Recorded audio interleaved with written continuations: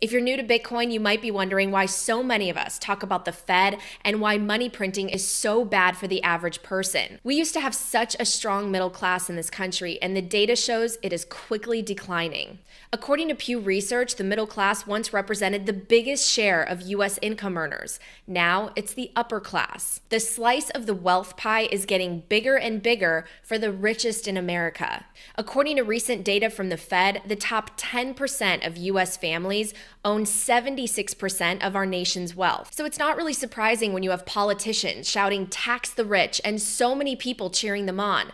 But the problem was actually created in part by the people in Washington. Bitcoiners and Austrian economists will tell you that a huge reason for this surge in wealth inequality is actually money printing and something known as the Cantillon effect, which essentially means the people closest to the money printer benefit from it the most. When the government creates new money, it doesn't actually print it. It credits banks with electronic dollars that came out of thin air. Banks then lend those new dollars to the most creditworthy entities at the top of the economic pyramid. Investment funds, corporations that, by the way, end up buying their own company's stocks, and wealthy individuals. So what happens next? The stock market balloons, the real estate market balloons, and it has a massive impact on the price of assets. Now couple all of this with the Fed artificially lowering interest rates, which just encourages borrowing and consumption instead of saving and investing for the future. And you have an economy essentially stealing from the poor to give to the rich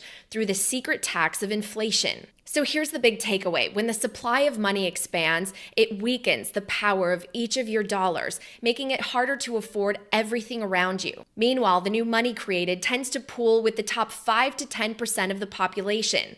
Is that capitalism? Is that a fair economy based on value? Does that make life for the average person easier? The dollar's value is in the midst of collapse and everything around you is getting more expensive.